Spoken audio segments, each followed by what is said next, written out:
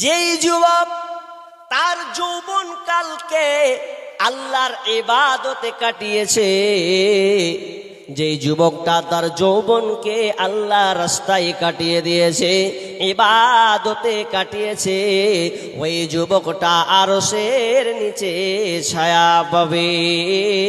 যেই যুবকটার যৌবন তরঙ্গটা আল্লাহ রাস্তায় কাটিয়েছে, ওই যুবকটা আরশের নিচে ছায়া পাবে।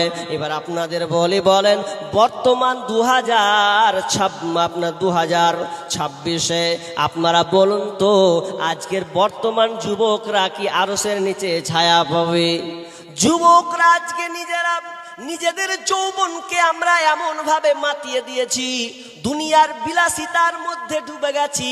যুবক, তোমার যৌবনটা কত দামি ছিল যে তুমি তোমার যৌবনের মাধ্যমে আরশের ছায়াকে তুমি ধরে নিতে পারতে, আল্লাহ রহমতের ছায়া তুমি পেয়ে যেতে। কিন্তু আজকে বর্তমান যুবক দিন থেকে বাদ হয়ে গেছে, দুনিয়ার পিছনে ছুটেছে, যুবক নারীর পিছনে লাগিয়ে দিয়েছে। কেমন করে তুমি আরশের নিচে ছায়া পাবে? আজকের বর্তমানকে যুবককে দেখে খুব আফসোস লাগে। বর্তমানের যুবক মোবাইল দেয়, একটা নয় আবার কেউ দুটা নিয়ে ব্যবহার করে। দুটা ব্যবহার করো, আপত্তি নাই, তবে দুইটা যে তুমি ব্যবহার করছো, মোবাইলটা কোন কাজে লাগিয়েছ? আজকে বর্তমানে যুবকদের দেখবেন এমন গুনাহ আছে মোবাইলের কারণে ছেলে আর একটা মেয়ে সম্পর্ক গড়ে উঠেছে। যৌবনকালে এত তাকাব্বুর, এত তার অহংকার, এত তার চেহারার সৌন্দর্য বহির প্রকাশে দেখাচ্ছে, নিজেকে মনে করছে আমি কত শের, আমি সলমান খানের মতন, আমি শাহরুখ খানের মতন। আরে আমি যৌবনের তরঙ্গ আমার এতটা, কেউ আমাকে থামতে পারবে না। যুবক, তোমার এই যৌবনে কোনো লাভ হবে না। একদিন তুমি বুড়া হবে, একদিন তুমি বার্ধক্যে চলে যাবে।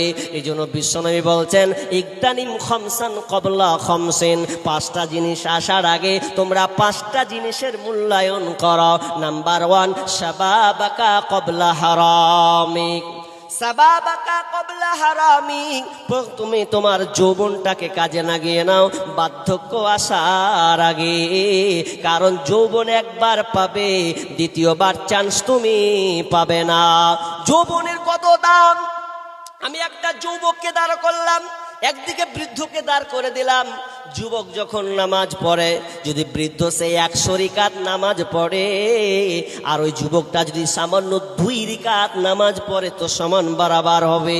কারণ যৌবনের দাম বেশি। এ নিয়ে আমি উদাহরণটা দিলাম, তবে বৃদ্ধ ভয় খেয়ে লাভ হবে না, বাপজিদের ভয় খেয়ে লাভ হবে না। কারণ আপনারও একদিন যৌবন গেছে, আপনিও যৌবনের মধ্যে পড়েছিলেন, এখন আপনি বৃদ্ধ হয়ে গেছেন।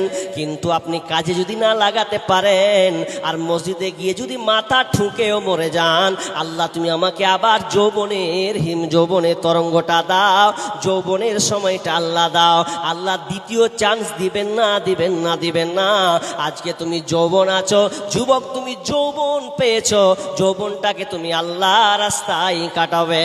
আর যদি তুমি আল্লাহ রাস্তায় না কাটাও, তাহলে তোমার জন্য আরশের নিচে ছায়া পাবে না, তোমার আরশের নিচে ঠাঁই হবে না।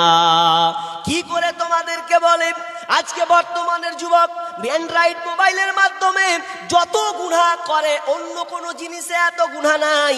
এই অ্যান্ড্রয়েড ঠেলা দেওয়া, পেলা দেওয়া মোবাইল ঠেলবে খালি হাত দিয়ে, এটা স্ক্রিনের গুনাহ কত আছে যুবক ওই নিজে জানে। এখন দেখেন আপনার ওই ছেলেটা, ওই যুবক ভাইটার কোনো মেয়ের সঙ্গে তার রিলেশন আছে, সম্পর্ক আছে, মেসেঞ্জারে কথা হয়, হোয়াটসঅ্যাপে কথা হয়, সারা রাত জেগে ওই যুবক পার করে দেয়। ও যুবক, তোমাকে বলছি, আমি তোমাকে উদ্দেশ্য নয়, যদি তুমি ওই মডেলের হও, একবার অনুশোচনা করো, যৌবন একবার পেয়েছো, দ্বিতীয়বার তুমি পাবে না। যৌবন খুব দামি জিনিস, একবার আসবে। আমি বিশাল লম্বা করব না, তবে আপনাদের বলবো, যুবক, আমিও যেমন একজন যুবক ভাই, তো আমি তোমাদের সাথী হিসাবে তোমাদেরকে আমি খুব ভালোবাসি।